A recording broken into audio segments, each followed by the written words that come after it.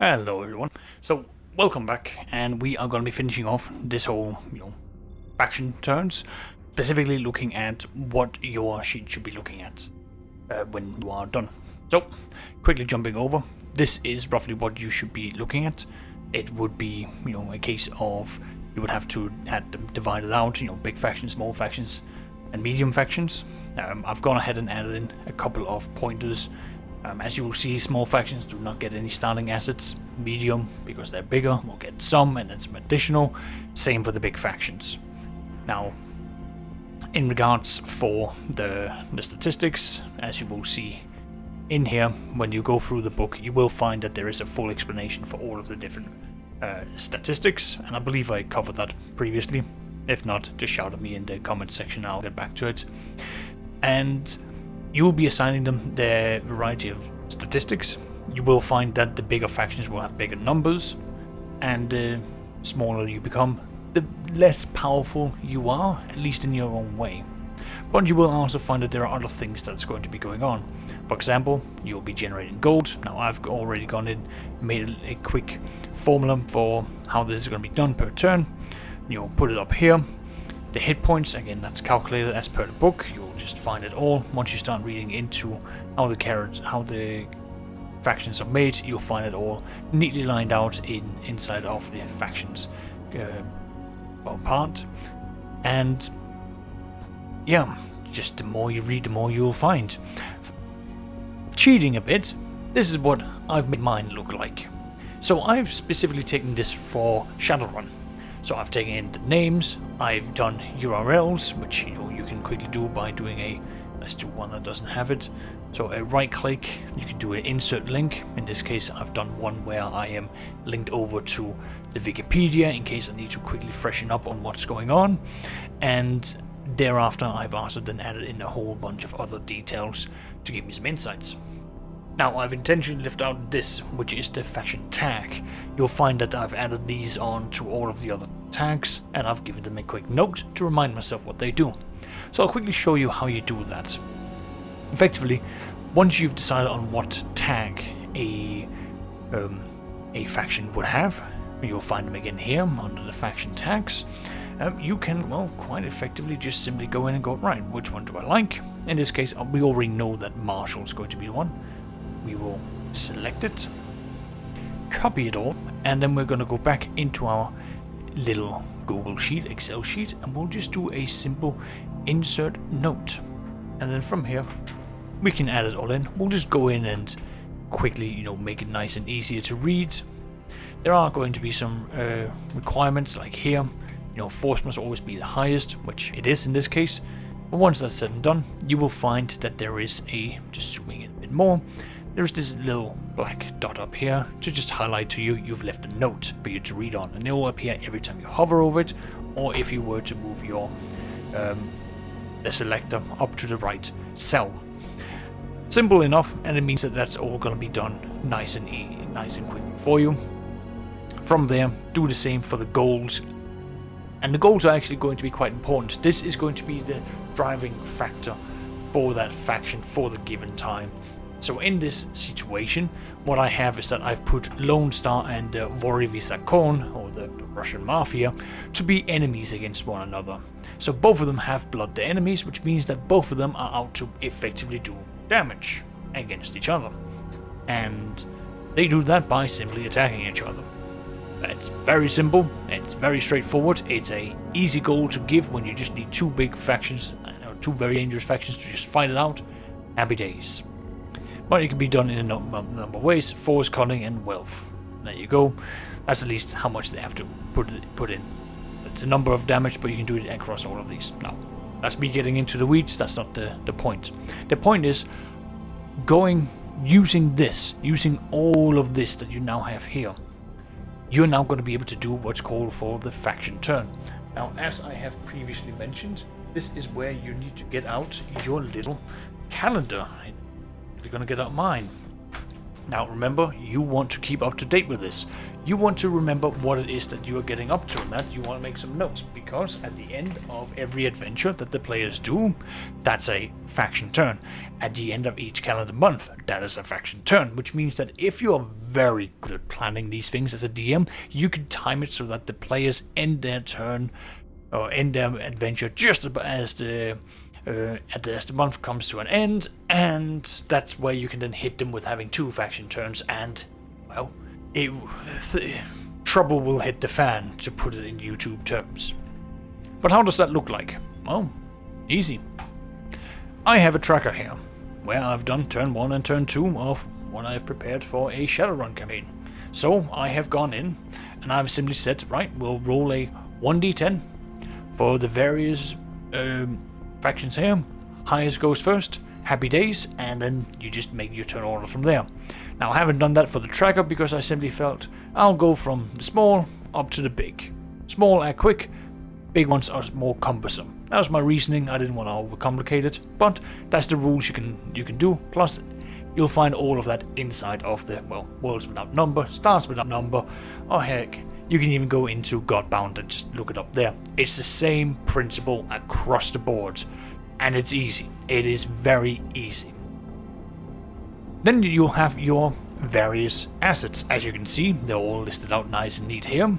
And I'm just going to quickly go through. And here's what an example of what 2 turns can just look like. We've got Brilliant Genesis, who is, in this situation, they are described as a group of dedicated... This is a group dedicated to social media, communications management, and overseeing the image lifespan of celebrities. Effectively, it is... Well, it is the social media groups. They are here to simply, profit off social media and manage people's images. So, they use their informers on Lone Star. Now, informers are going to have certain abilities where if they succeed, which, let's quickly go back here, informers being CVC, so that means cunning versus cunning, so that is 3 versus 3. You resolve that by rolling 1d10 for each faction, and the attributes, in this case cunning versus cunning. Whoever roll highest wins. Simple as that. And in this situation, that's a success. Brilliant Genesis has the informers spy on Lone Star. What have they learned? Well, they were targeting their covert transports, which means Brilliant Genesis now knows where the covert transports are moving. They know when they move people around in a hidden fashion. So Lone Star cannot hide their sneaky people anymore from Brilliant Genesis, because they're tapping into their system. Now that right there, while it might not be an immediate adventure, but it's laying the foundation for something very sinister. Now we're going to have Maersk incorporated assets who are using their farmers. Now, I've used Worlds Without Number, so that's fantasy based, but the very simple thing is, farmers are going to be generating wealth. They succeeded, they rolled, they passed. Again, you will have to read through the various assets, so in this case, jumping down to wealth assets, farmers, hunters, and simple rural artisans in service to the factions, to the faction here, once per turn, as a free action. Now that's the key part. As a free action, meaning they can still attack and do movements. The asset's owner can roll 1d6 on a 5+, they gain 1 more treasure. Fantastic. Now, simple thing to translate around for the for the game, and that is simply that Maersk is getting money. Happy days. And before I get too caught up, remember, every turn you will have the amount of gold generated immediately added to the treasury. So anything that can then add onto that will allow the factions to spend that money to purchase items. Now in this case, they didn't need to, they were focusing purely on making money. Harold Gunfrey's institution did the same, but they failed. Not much to it. Biomed, they used Manufactorium. Well, in this case, let's jump back in, let's look at what Manufactorium is. So, as I said, they were using Manufactorium. I believe I stole this from Stars Without Number, just a different name for it. Doesn't make much of a difference. It is effectively a bigger version of the farmers, I believe it is here, manufactory, which is, quite simple. Once per return, blah, blah, blah, but there's a higher chance of you actually making more money from that. Well, it's quite simple, makes sense. A medium-sized faction can do that. Vorovisakon, they're using their money to simply buy more soldiers. And as you can see, I'm putting in the narration all along. And as you can, this basically puts out a little bit of backdrop information. You can feed it into the players, give them a sense that the world is moving on, even though they might be standing still. And something like this is what I am planning on using to effectively press the players in to know that there is trouble. But there cannot be any more trouble than Lone Star using their witch hunters against the Russian mafia. And they succeed, which I've interpreted as the Russian leaders being arrested and taken away. Now remember, I said these two factions are not going to get along, and you can now see why. Turn 2. We're now going to be seeing that Brilliant Genesis buys front merchants, which simply means that they are now putting out a number of microtransactions app, which is set up to basically allow them to spy further on people and their purchases. Again, this is Shadowrun. You're going to be having tablets, you're going to be having a lot of the invasion of personal privacy, simply because that's a part of the cyberpunk dystopia. But you can simply turn this around as well. Now again, I'm going to be using this because I do like my here we are, front company. Oops, here we go, front merchant. Whenever the front merchant successfully attacks enemy assets, the target loses 1 treasure. Effectively, you might as well just be saying this is the Thieves Guild. These are hired thieves to go out and target enemy assets. And simply put, that will just allow you to now cause a bit more chaos. At least talking in terms of the fantasy world. Now, jumping back over, you can see that's what they're doing here. They're setting themselves up. They are stealing from people and they're spying on people. Maersk, in the meantime, is buying monopoly by effectively sacrificing the majority of their wealth, which means that in terms of Shadowrun, they now own the ports. They have a monopoly. Now this, for anyone who pays attention to news in general, or anyone who knows a little bit about, what the history's been like in our real world, when a monopoly comes around, it's not good for anyone. And it should be a scary thing that you are either 2 missions in and bam, now you've got someone who's got a monopoly, whether it's going to be in your fantasy world, in your modern world, or sci-fi world. This is something that any players who pays attention to the world around them, there should be alarm bells going off, and as a DM, you can make them suffer from that. Heck, I will go so far as to say, prices as per the player's handbook, increase that by 25%. Why? You're now in a monopoly area. Where are you going to go? What are you going to do? You will have to travel several weeks to get out. If it's in a fantasy land or in a cyberpunk world, good luck.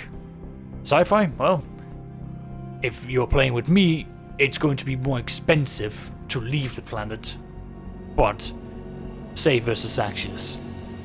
Helgenfrey is by hired friends, which again, that is simply their way of, acquiring more influence. And again, you will find all of these lovely little assets that are within here. Let me just quickly find it here. You see, where did it go now? Oh wait, no, it's a cunning one. And further down here we've got hired friends. You see, when you've got hired friends, once per turn the faction may spend 1 treasure and grant a wealth asset within 1 turn's movement, the subtlety quality.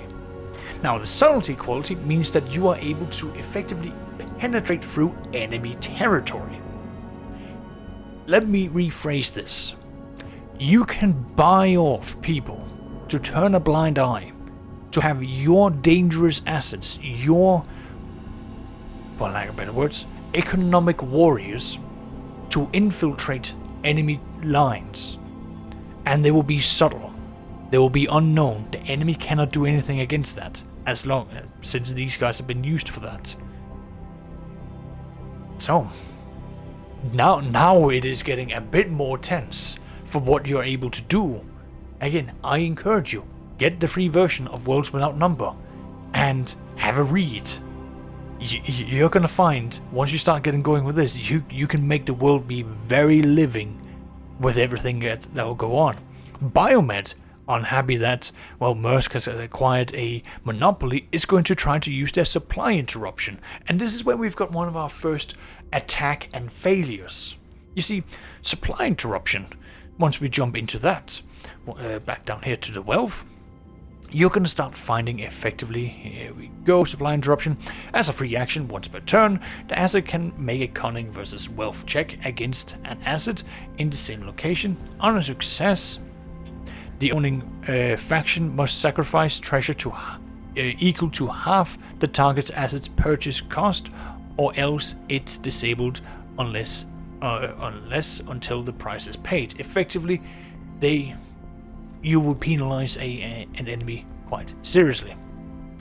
Except, as I said, they failed. They failed very badly. And Maersk was able to counter. They were able to use Monopoly because they had just bought it, and supply interruption failed its attack. They were able to use this to counter the supply interruption, meaning Biomed lost their supply interruption as an asset, and in terms of a narration, Biomed is now, while they're trying to tie up Maersk in court, Maersk is effectively, well, they're winning that court case, and they're countersuing. And now there's going to be a further impact. Not only do they have a monopoly, they're now impacting the wider supply chain within this area. Well, in Seattle at least. And this, again, this right here, these two right here, you can have an immediate impact to the players as prices go up, as supplies go down, and that can have a large impact. Again, within Shadowrun, that means that criminal activities, shadowrunning, becomes a very busy job. Within the fantasy world, embargoes are bad. They are very bad. And I'm sure you can think of how all of this will have further knock-on effects. I will leave for you to interpret many of these things when you run your own games, but this is what you can have from it. And then lastly, we're going to have the Russians and Lone Star again, with the Russians simply saying, right, we're going to fight. Now they're going to have a failure, which means that your Lone Star gets to counter. Again, I recommend you read through them, through the items and the assets, because you'll see some of them will have, for example, like Pleaders here, cunning versus wealth, and they will do what's it called, 2d4 worth of damage. If they were attacked, if the Pleaders were attacked and it failed, they had a chance to do a counter-attack, which means that if they succeed in a counter-attack, they could then do 1d6 worth of damage. It's very simple in that form, and again, each of the items, each of the assets is going to have their cost, their health, if they've got any magic requirements, and well, what they can do from there, and if they've got any special qualities. Again, go back, read what the individual asset can do. It gives a lot of flavor of what they can be used for. And finally, returning to this, with the Russians failing, having a counterattack, it simply meant that Lone Star now believe that, alright, they've got them on the run, they're now gonna push in. Except they fail. They fail so badly, with a counterattack so vicious, that Lone Star loses an entire infantry asset, which is now immediately translated into the two events here was an all-out brawl between the Russian Mafia and the Lone Star security services. Two small adventures in to a game, these things would have happened. 2 in-game months having passed, these things would have happened. Now, for DMs who are a little bit creative, who's got a little bit of salt in their veins, you can see here what you can do with these faction turns. And I'd like to remind you all that this wonderful book is free. You can get this for free on DriveThruRPG.